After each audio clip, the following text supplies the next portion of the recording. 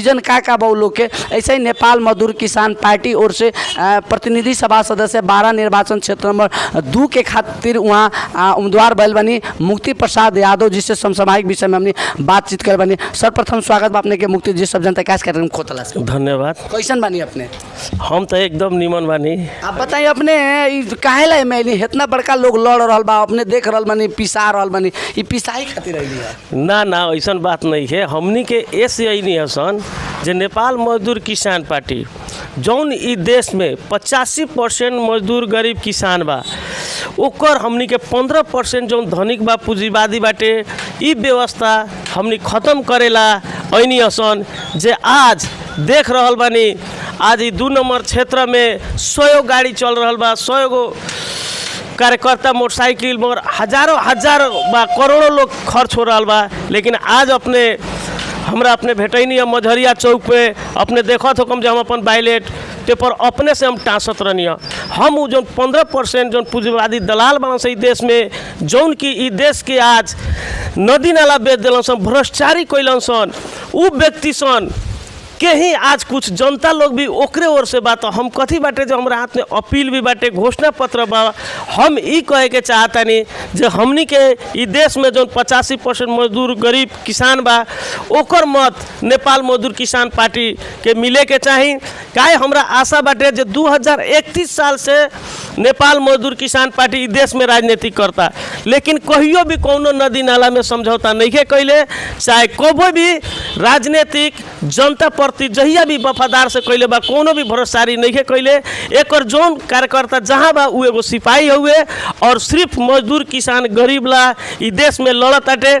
बहुत साथी लोग अभी फेसबुक बा, यूट्यूब बाटे, चैनल बा, जैसे अपने के गढ़ी माई बाटे ई द्वारा भी प्रचार प्रसार होके जी बताई रहुआ के नए में नेपाल मजदूर किसान पार्टी के संगठन बा ना कुछ बा। ई 44 गो वार्ड में एक चोटी अपने हम फाल गेलिए, चुनाव मैदान में आ गेलिए, एक वजह कथी बा?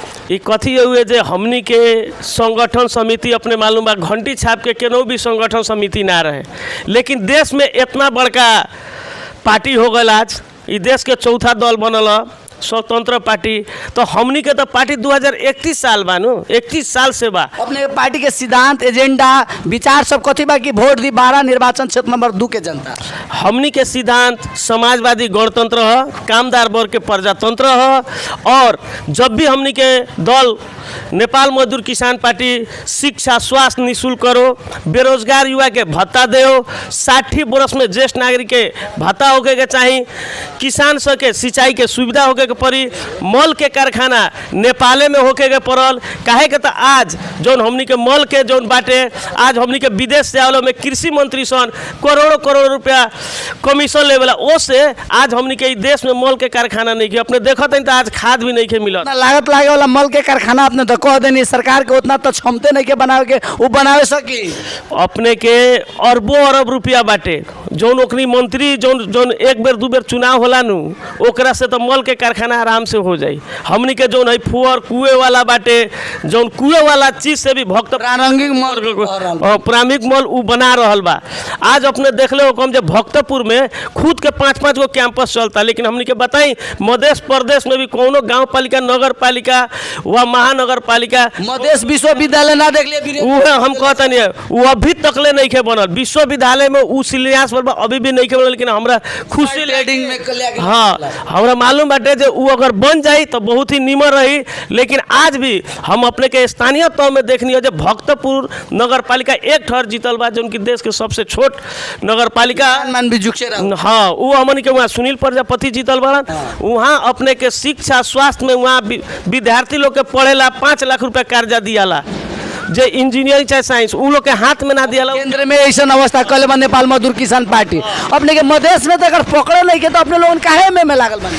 हमनी के मधेश में पकड़ना यहाँ भी हमनी के मध्य प्रदेश में 5000 मत आवेला चुनाव लड़ला तो, लेकिन 8 गो जिला में काथी बाटे जे यहाँ 12 जिला के बात कोई नहीं है जौन भी बाटे हर एक क्षेत्र में 1000 500 700 आवेला 5000 12 जिला में ही मत बा। लेकिन उ बात ना हमनी उ मत और ना जाए 85% जौन गरीब बा हम पहले ही कहनी उ लोग के जागरूक करला जे आज हमनी के दारू मासू पैसा खाई सन उ ओकनी के पैसा ना ह उ हमनी जौन कर तिरतानी सन, खसी बकरी ले जाके बाजार में बेचतानी सन, बिजली बरतानी सन, ओकर कर तिरतानी सन, उ चीज़ के हम कथी कहे के चाहते हैं, हमनिए के कर से जितना 100 गाड़ी घूमता ये जौन 5 करोड़ के निर्वाचन आचार संहिता में ना लगे के चाहिए, एमे कोनो कुछ ना लगी। हम एगो वीडियो बनैले रहनी जे आचार संहिता वहाँ अपने के मनन दरता ला खाली 25 गो आदमी मंगले रहे सर्वदलीय बैठक करके, लेकिन यहाँ 100 गो गाड़ी गए, हजारों हजार करते गए, लेकिन आचार संहिता उल्लंघन भइल। ओकरा ला हम अपने वीडियो बना के भी बोलनी, लेकिन आज तक ले कार्यान्वयन नहीं होत।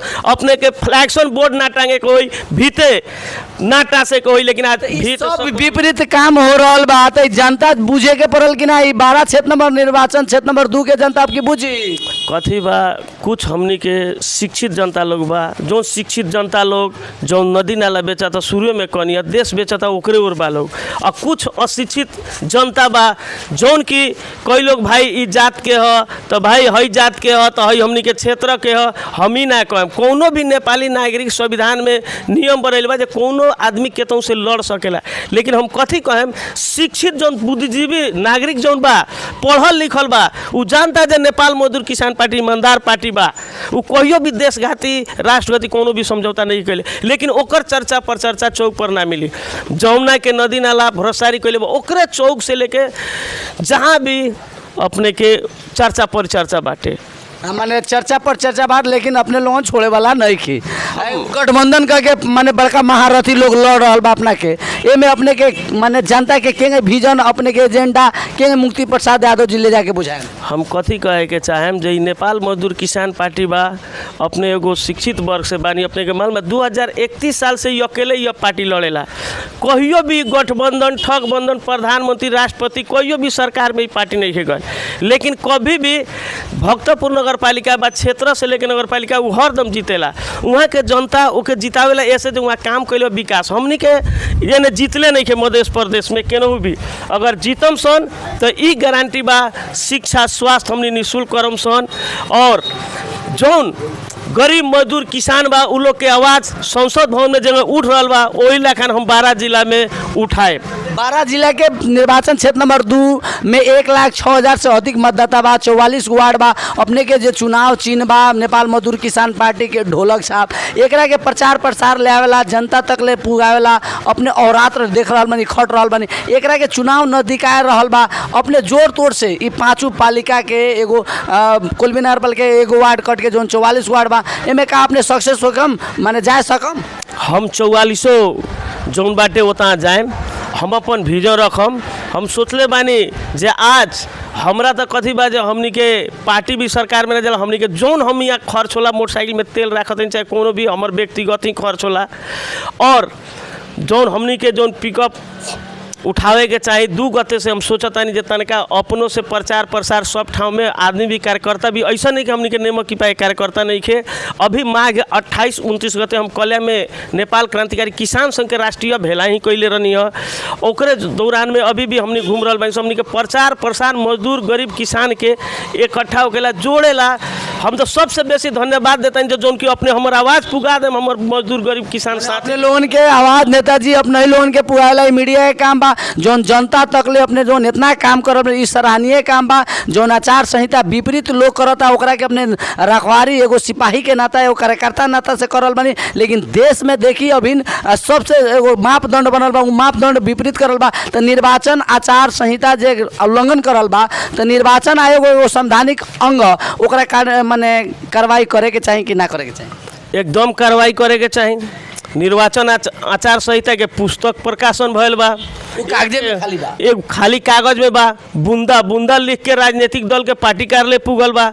लेकिन हमरा दुख इहे लागत वास्तव में हमनी के पुरखा लोग कहले रहे जे नेपाल के कानून दैबले जानून का आज निर्वाचन कार्यालय के आँख नहीं लागत जे ऐसा ऐसा फ्लैक्शन बोर्ड ढूंढियावल बा, भीतर टासन से घर खराब हो रहा बा।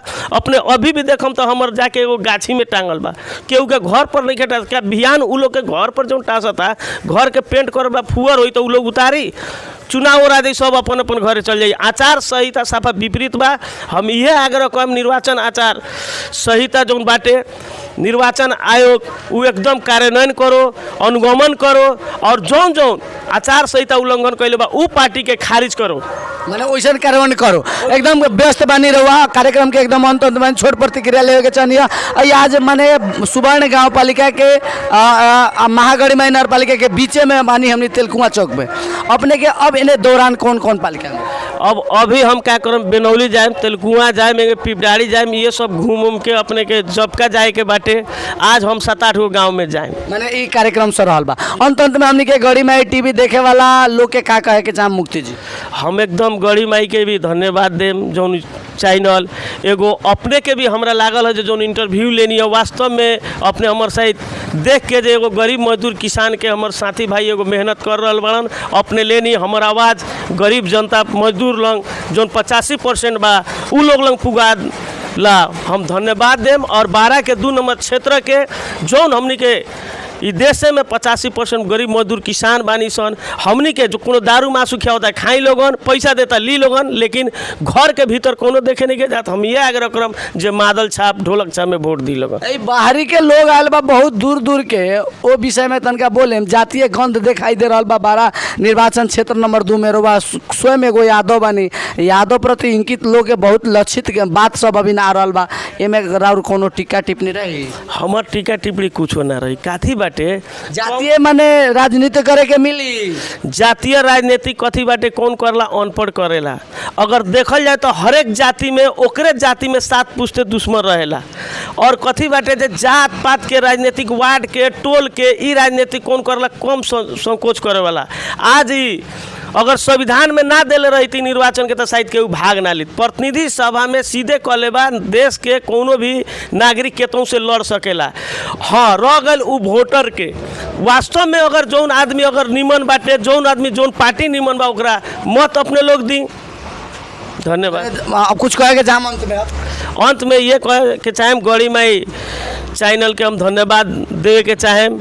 और ये जौन 85% मजदूर गरीब किसान बा लोग उ लोग हमनी के मत दो और उ लोग के भी धन्यवाद देम जो हमने आज ना जागम सन तो कहिया जागम सन। 2031 साल से राजनीति करता लोग पंचायती काल से लेके पहले राजतंत्र आयल प्रजातंत्र आयल लोकतंत्र आयल गणतंत्र 4 गो चीज़ देख लेनी। संविधान उन्मुख संविधान लिखाल आज भी गरीब ला कुछो नहीं के होत एगो मॉल के फैक्ट्री भी नहीं के होत ये शिक्षा स्वास्थ्य निःशुल्क नहीं के होत ए ला हमनी के गरीब ला करे के पड़ी। आज अपने लोग देखता नहीं करोड़ों रुपया खर्च करता भियान यहाँ 10,000 रुपया मनोनदारता करे में लाता। शायद हम ऐसे चुनाव लड़ता जे शायद गरीब लोग कोनो हिम्मत करी जे भियान हमनियो चुनाव लड़ी सन। तो है जौन चुनाव हो रहा बा भियान कोनो गरीब के बाल बच्चा खड़ा होकेला हिम्मत ना करी जे 10,000 तो मनोनदारता करे में लागता प्रचार प्रसार कहाँ से करम हम। लेकिन गरीब मजदूर किसान लोग के